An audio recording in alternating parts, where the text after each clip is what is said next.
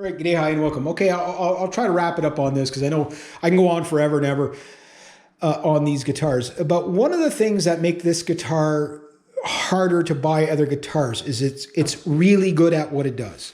So if you're a big effects guy, I'll be honest with you, there are better pickups you can get for effects. There's better guitars you'll get for effects. At volume, these guitars bring you back to like Woodstock. You get the Lynyrd Skynyrd sound, you get all that stuff. But you can also get the Tony Iommi sound, right? Which is one of the craziest sounds you can get that. And that's why Tony Iommi sounds the way he does. I seen a guy doing a practice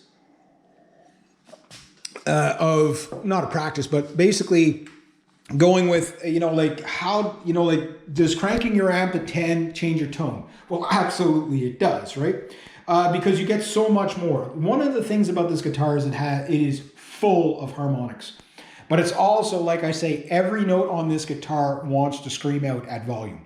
This is it's almost, and a lot of people, one of the things they don't like about this guitar is like, especially if they're trying to play something really progressively clean.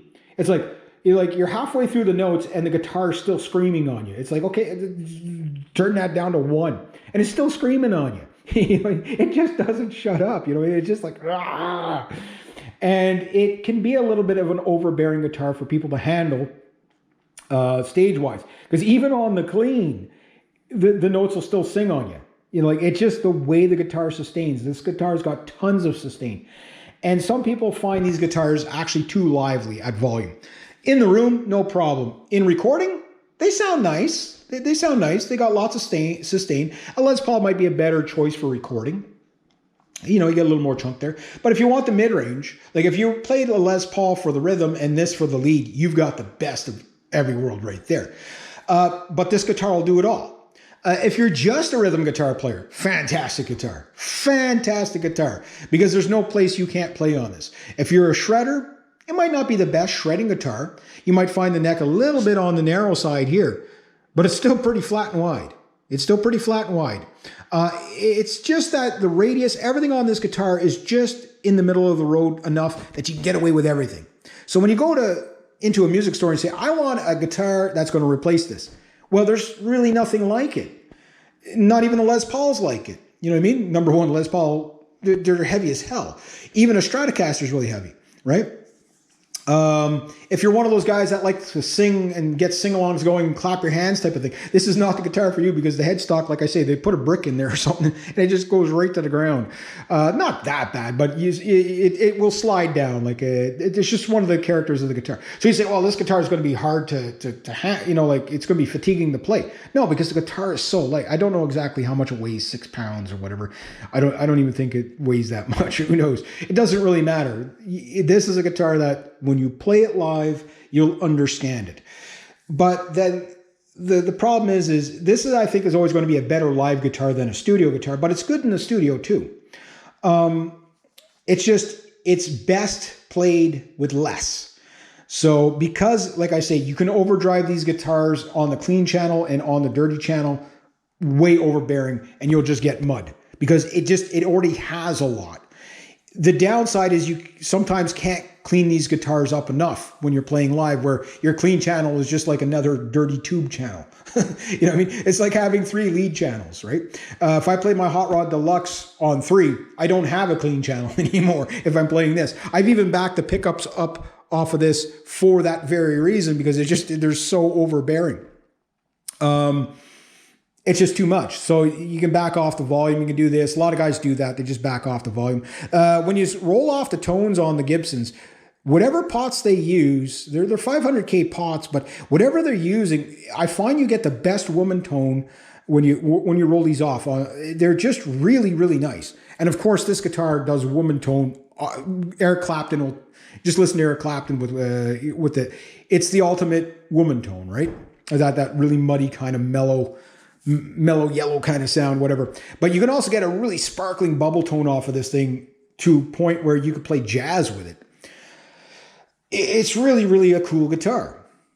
I know you guys want to hear some sound clips and stuff like that. Now, and I'll get to that later whenever I can, because I do have lots coming, and I'm getting to that point in the season where I can start doing stuff like that, because my metal truck, it's getting near to the end of the season. So, but yeah, they're a great guitar, but it really is hard to replace because it can do so much, and less is more with them. So what I would do if you really want to change your sound, when you got an SG61 or even the standard, but the 61 particularly, the reissues, is just play it through as many amps as you can. You'd be surprised. This thing doesn't sound the same through a Mesa Boogie as it does through a Fender or a Trainer or a more modern like crate amp or Randall or whatever. Never got to play one through a Randall, but I've played them through quite a few amps, orange amp, whatever. You get so many different characters out of this guitar. So you get to the point where, why do I want to replace it? Really, why do I want to replace it? So when I buy a guitar, it's like, if I pick up a guitar off the wall and it's doing what this is doing or something similar, I find this always usually tends to do it better. So I'm like, well, why would I buy that guitar? Even if it's a really cool guitar, you know what I mean? So I tend to buy guitars that have nothing to do with each other. Like my Flying V, a longer scale, maple fretboard, maple fingerboard, neck and fingerboard. It has a total different sound. It has more of that modern Van Halen sound, right? So, and it's got, 4-pole pickups. It sounds totally different. My next guitar is probably going to be a 7-string of some sort for a dark, heavy sounding guitar, just because I want that 7-string. But I don't want it to mimic this. I've already got this, right? What I'd like to have is about 3 more of these in different pickup configurations. I'd like to have P90s, burst buckers, and 500T. So I need 4 more. Life is short. I don't think I'll be able to muster up enough money to do it.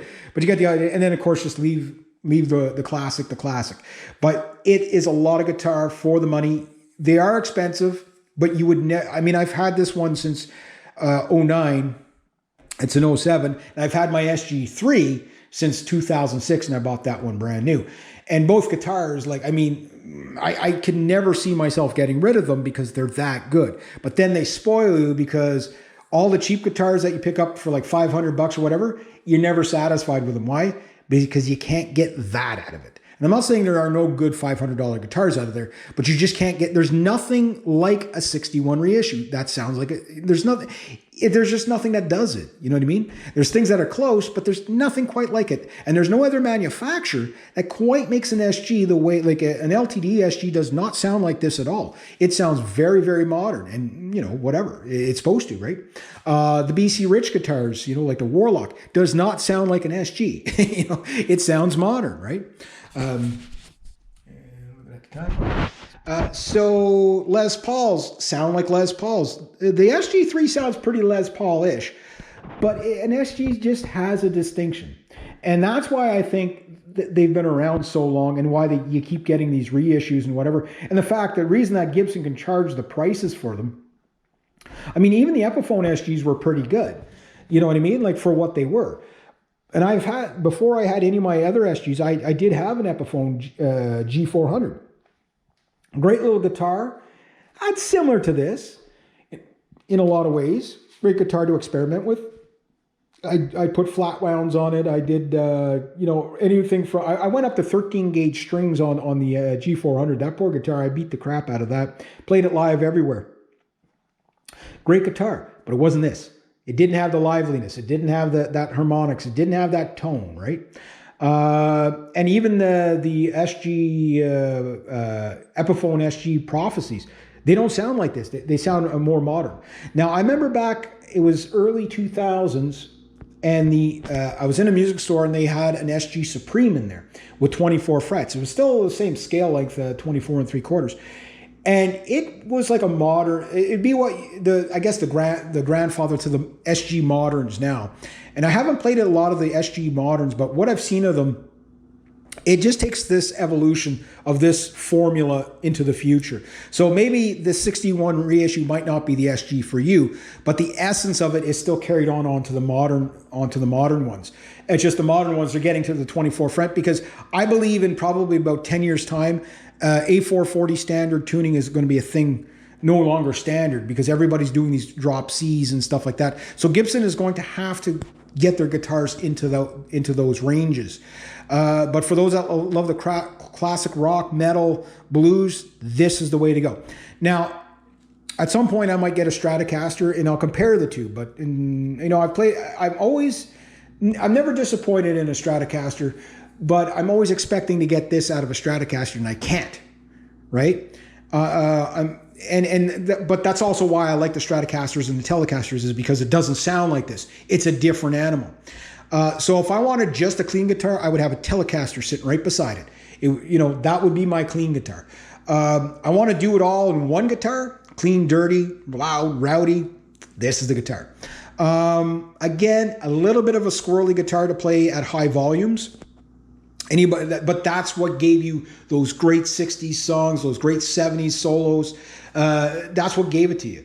I would say the 80s really was the age of the Les Paul in the 80s. That was the age of the Les Paul, as we know the Les Paul today. But I would say the 60s and 70s were really defined by the SG, but yet it was an unsung guitar. It was kind of like the girl that you couldn't bring home to ma and pa. You know what I mean? Like everybody was using them, but nobody could show them. You know what I mean? Because everybody wanted to have just the image of the Les Paul, right? Here, maybe one more part.